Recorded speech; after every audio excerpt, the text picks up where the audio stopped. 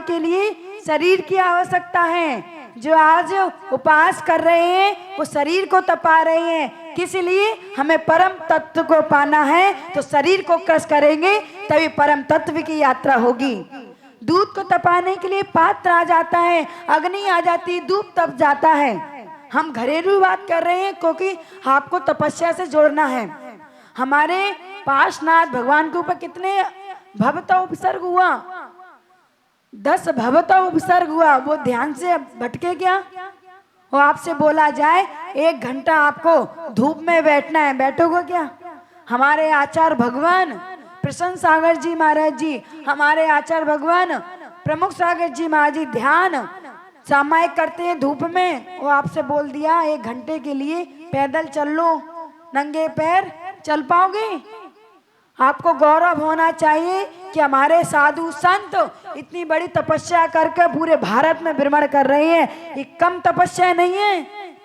आप तो घर बैठे एसी में बैठकर बस बाबाई कर लेते हो। उनके साथ चलो तब पता चलेगा कि तपस्या क्या होती है।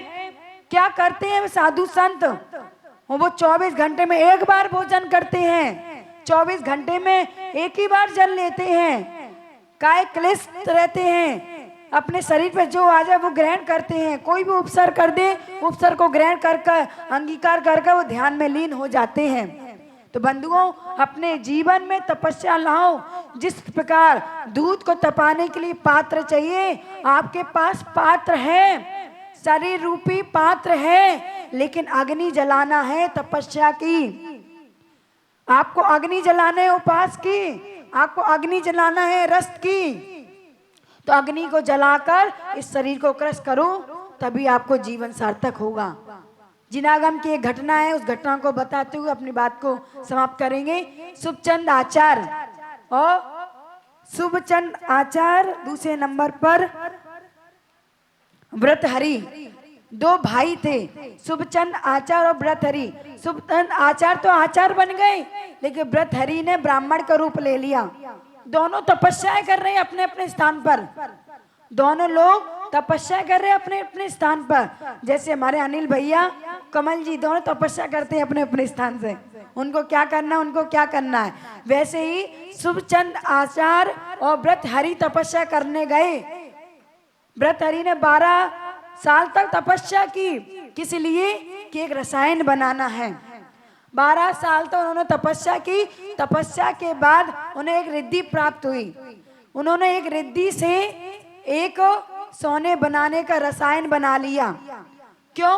वो ब्राह्मण ऋषि थे, उन्होंने कहा हमें भोगों में लगना है, हमें कुछ कमाना धमाना ना पड़े, इसलिए तप करेंगे। आज आप लोग उपवास कर रहे हो, आज आप लोग एक आसन कर रहे हो, किस लिए कर रहे हो? धन दौलत के लिए? किस लिए कर रहे हो? कुछ इच्छा के लिए? किस लिए कर रहे हो? कभी भी इच्छा नहीं करना कि भगवान आज हमने 10 उपवास किए हैं, कर्मों की निर्जरा के लिए किए हैं, ना कि भोगों के लिए किए हैं। तो बंधुओं, उन आचार्यों ने, उस ब्राह्मण ने 12 वर्ष तक तपस्या की। तपस्या के बाद एक रिद्धि प्राप्त की, उस रिद्धि से उन्होंने एक रसायन बनाया। शुभचंद आचार्य तपस्या कर रहे थे क्योंकि उन्होंने दिगंबर मुद्रा को धारण किया था। वो रसायन लाकर, क्योंकि भाई भाई का संबंध होता है कि दूसरा भाई तपस्या क्यों कर रहा है, हमने रसायन बना लिया है, उससे अपना संसार चल सकता ना। तो वैसे ही व्रतहरि मुनिराज ने उस रसायन को बनाकर शुभचंद आचार्य के पास पहुंचाया। जैसे ही शुभचंद आचार्य के पास पहुंचाया, उन्होंने कहा भैया महाराज नमोस्तु, इस रसायन को आप उपयोग कीजिए। आप क्यों तप कर रहे हो? क्यों आपने शरीर से वस्त्र को त्याग दिया? क्यों तपस्या में लीन हो? आप इसको लेकर आप जहां पर इस रसायन को डालोगे वो सोना सोना हो जाएगा। क्यों आप इतने तपस्या कर रहे हो? उन्होंने शुभचंद आचार्य ने जैसे इस रसायन को लिया और फैला दिया। जो लेकर आया उसको बहुत क्रोध आया कि इतने 12 वर्ष की तपस्या से ही रसायन बनाया और मुनिराज ने इसको फेंक दिया। उसको क्रोध आकर वो व्रतहरि के पास गए, कहा तुम्हारे भाई ने उस रसायन को फेंक दिया। बोले क्यों? बोले उन्होंने तो पूरा दिगंबर मुद्रा को धारण कर लिया और तपस्या में लीन हो गए। हमारे साधु संत अपने लिए तपस्या नहीं करते हैं, हम अपने आपके भक्तों के लिए, अपने भक्तों के लिए, अपने शिष्यों के लिए, क्योंकि वो तपस्या करके मोक्ष तो चले जाएंगे, लेकिन वो कल्याणकारी भावना भाते हैं कि हमारे भक्तों का भी कल्याण हो, इसलिए तपस्या कर कर आपको आशीर्वाद देते हैं, ना कि कुछ बताते हैं। वैसे शुभचंद आचार्य ने उन रसायन को फेंक दिया। फेंकने के बाद जब व्रतहरि स्वयं आए कि भैया आपने क्या कर लिया, हमने 12 वर्ष की तपस्या के कारण इस रसायन बनाया, आपने चंद समय नहीं लगाया और फैला दिया।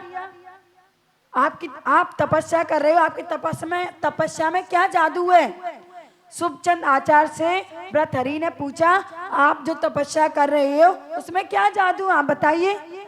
जैसे ही शुभचंद आचार्य खड़े होकर अपने पैर की धूल उठाकर एक पहाड़ पर फेंक दी, वो पहाड़ सोना का हो गया। वो अभी भी विद्यमान है, कहाँ? सोनागिर, जो सोने का था। शुभचंद आचार्य ने अपनी मिट्टी, अपने पैर की धूली को उठाकर उस पहाड़ पर फेंक दिया, वो पहाड़ सोने का हो गया। आज हमारे बीच में सोनागिर से नाम से जाना जाता है। बंधुओं, साधु तपस्या करते हैं, उस तपस्या से जीवों का कल्याण होता है। वो विकृति चेंज होती जा रही। सोनागिर में अभी भी सोना है, लेकिन छिपा हुआ है। तो बंधुओं, अपने जीवन में हमारे गुरुदेव नेपाल गए, आचार्य श्री नेपाल गए। नेपाल में जाकर वहाँ के लोगों ने आचार्य श्री के पैर की धूली को लेकर घर ले गए। सच्ची घटना है, ये हमारे सामने घटी हुई घटना है।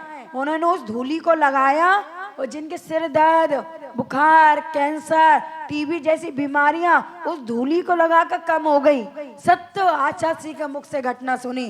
तो बंधुओं, जब आचार्य भगवान कोई भी तपस्या करते हैं, आपको आशीर्वाद दे दें, आपको झाड़ा लगा दे, तो कोई असर होता कि नहीं होता? होता कि नहीं होता है? तो ये ढोंग नहीं है। जो तपस्या करते हैं साधु, उसका तपस्या का फल आपको मिलता ही मिलता है। तो उत्तम तप का दिन है, इच्छा निरोधा तपा। शुभचंद आचार्य ने वो रसायन का उपयोग नहीं किया, बस मिट्टी उठाई, मिट्टी भी सोना हो जाती है साधु के तपस्या से। 1 साल तक किसने साधना की? हमारे बाहुबली भगवान ने 1 साल तक तपस्या की, लेकिन उन पर मच्छर, सांप, नेवला सब आते गए। पेड़ों ने बेड़ियां बना ली, पेड़ जगड़ ली, तब भी उन्होंने तपस्या को छोड़ा नहीं। तपस्या को धारण कर मुक्त बदी को धारण कर लिया। तो आश्चर्य की बात नहीं है। उत्तम तप का दिन है।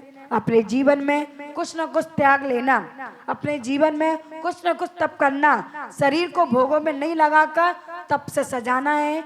दूध को तो तपा लेते हो, लेकिन शरीर को तपा नहीं पाते हो। तो शरीर को तपाने के लिए कुछ छोटे नियम लेकर अपने जीवन का कल्याण करना। ओम नमः, जय गुरुदेव। हाँ, हमारे कमल जी ने बोला है कि